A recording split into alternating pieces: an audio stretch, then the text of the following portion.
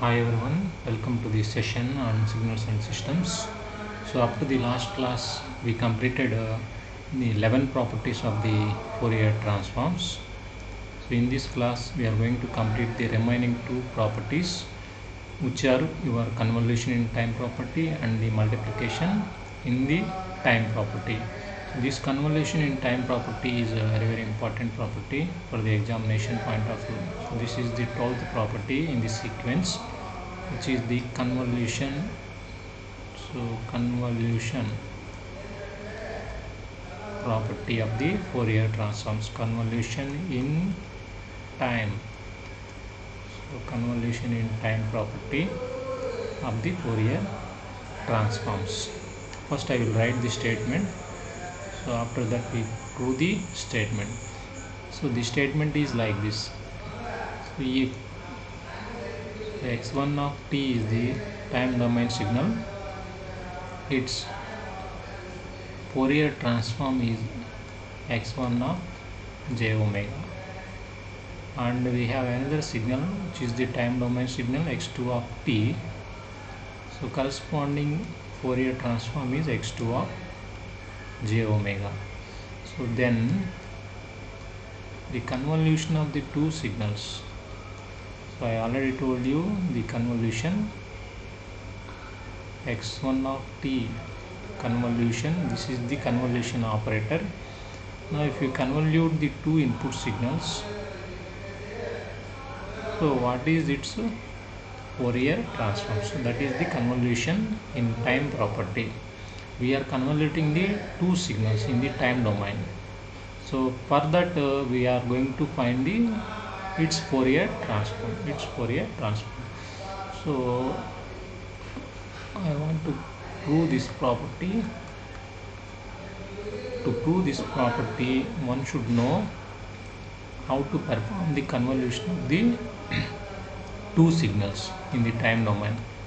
So you just remember this formula. I already told you in the case of Fourier series, x1 of t convolution x2 of t is nothing but integral minus limit to plus infinity. So x1 of tau into x2 of t minus tau, so d tau. So this is the formula used to perform the convolution of the two signals which are in the time domain. This is your convolution operator represented by star.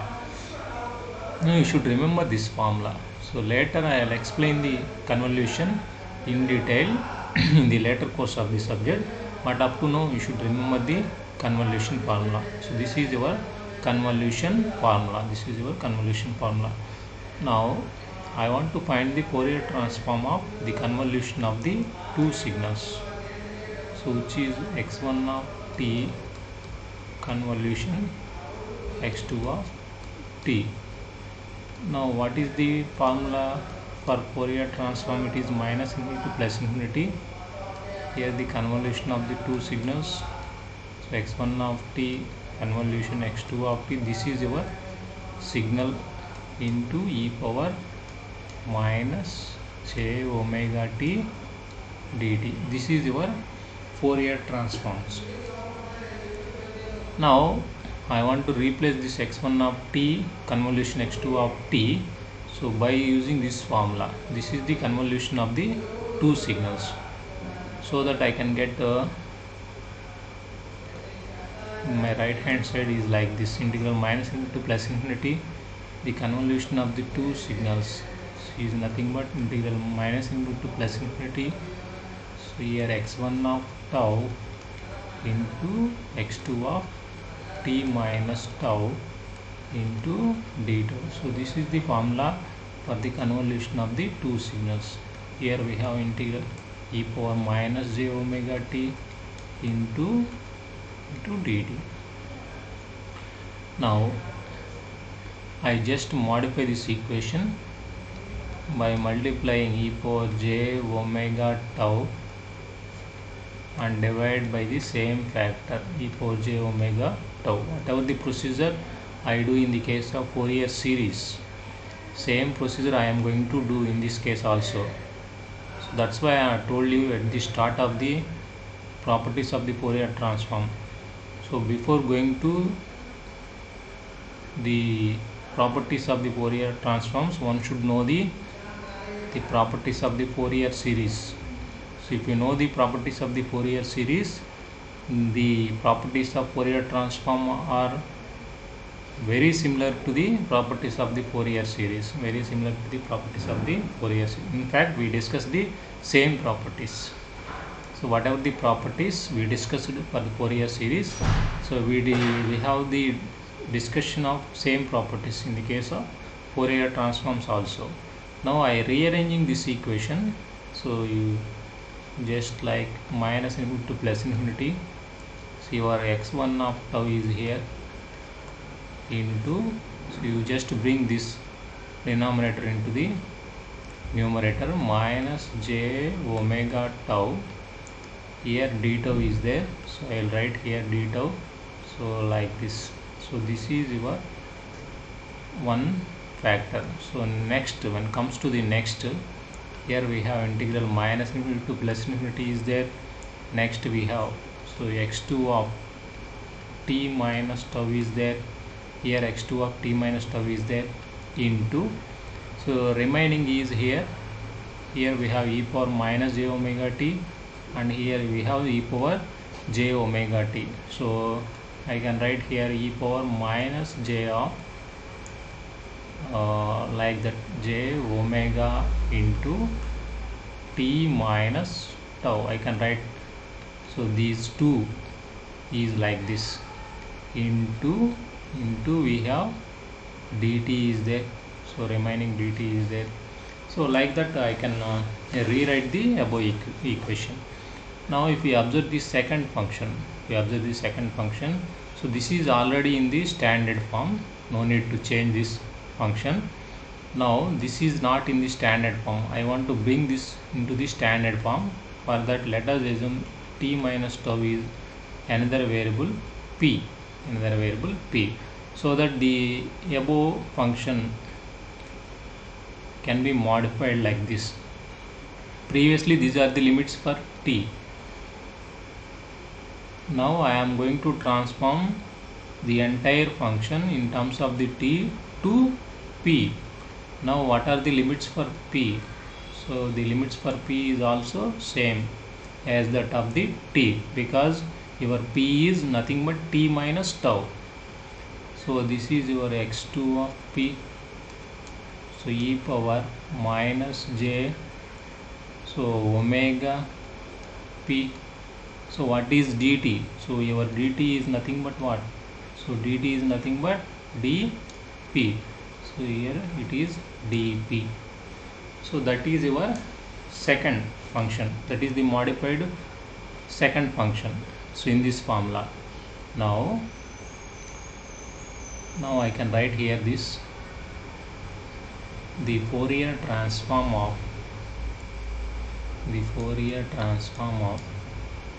the convolution of the two signals, that is in the left hand side, the convolution of the two signals.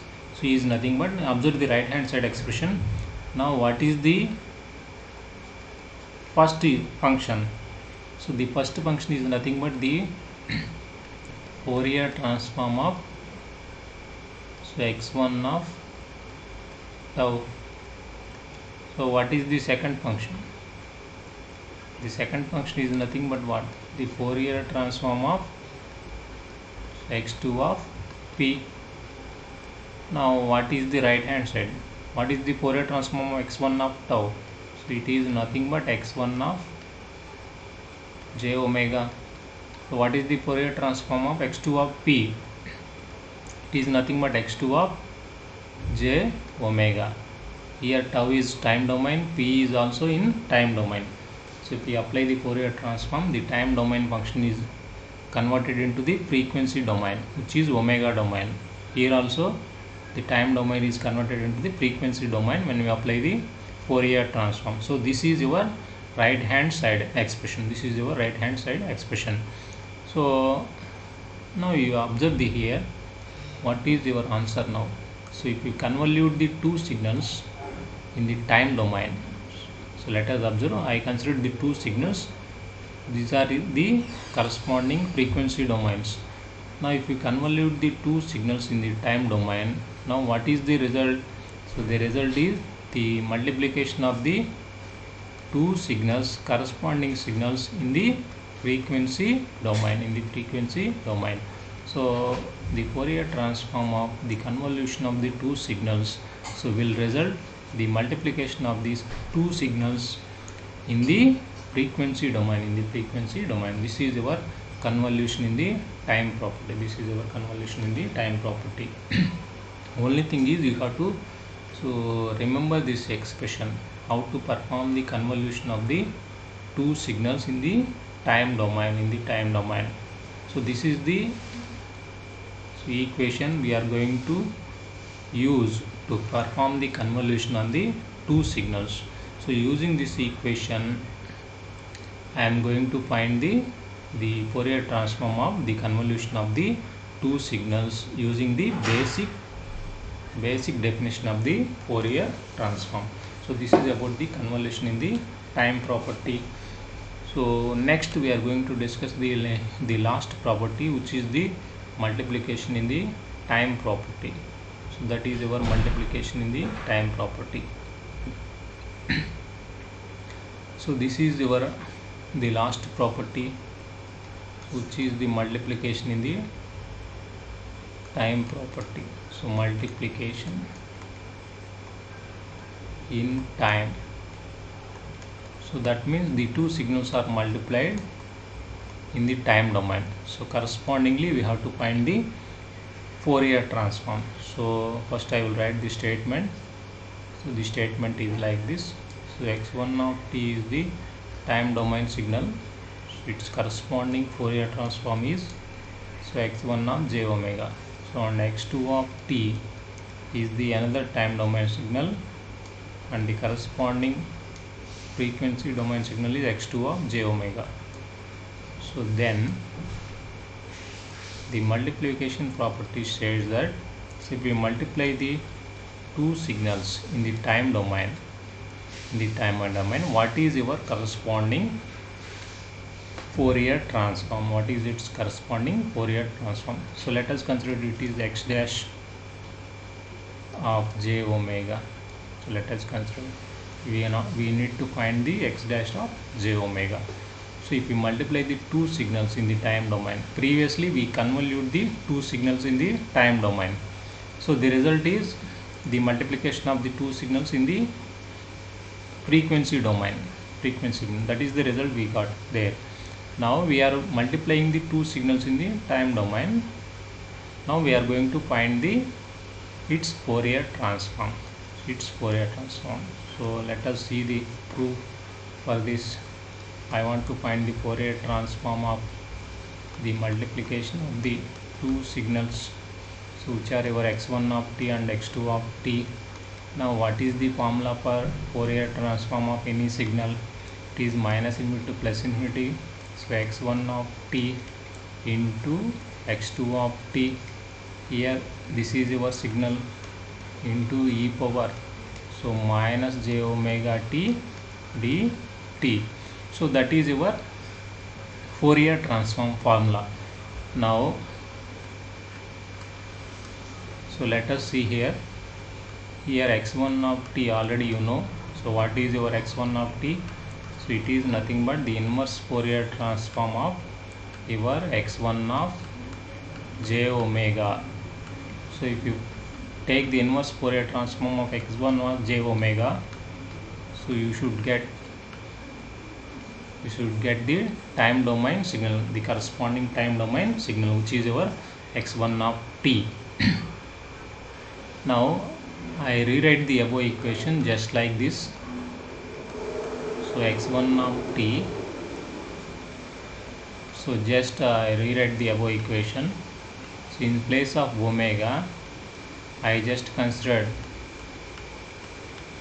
another variable, which is the frequency.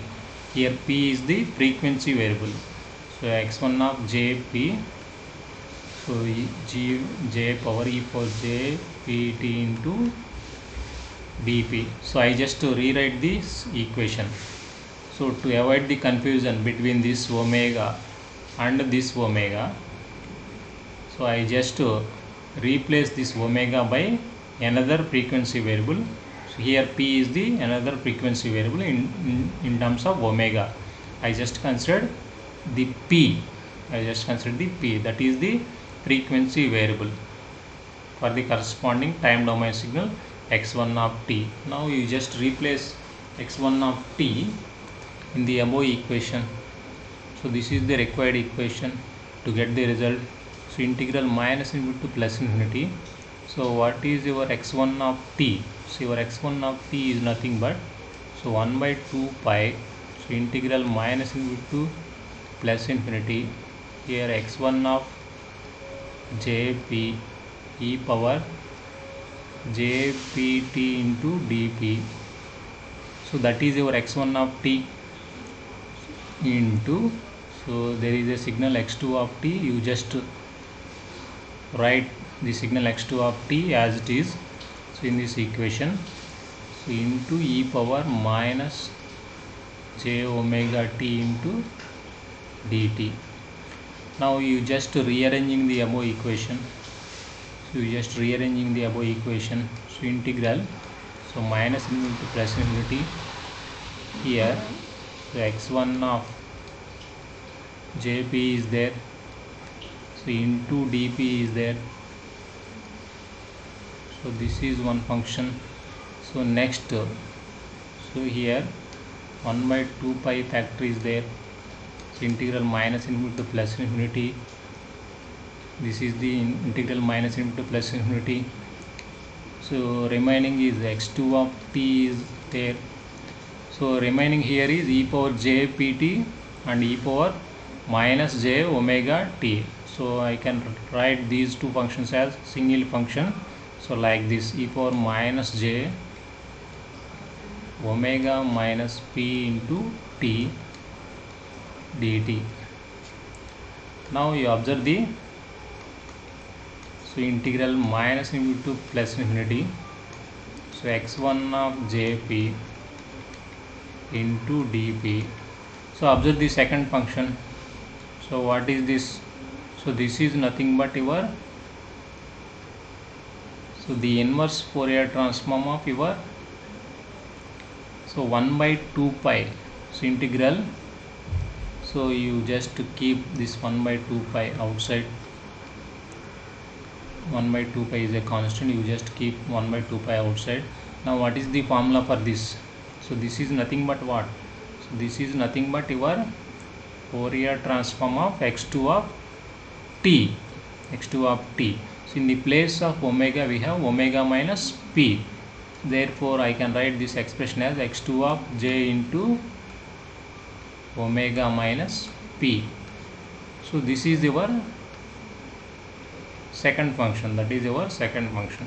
So I can write my right hand side like this, so integral minus infinity to plus infinity, just rearranging the equation.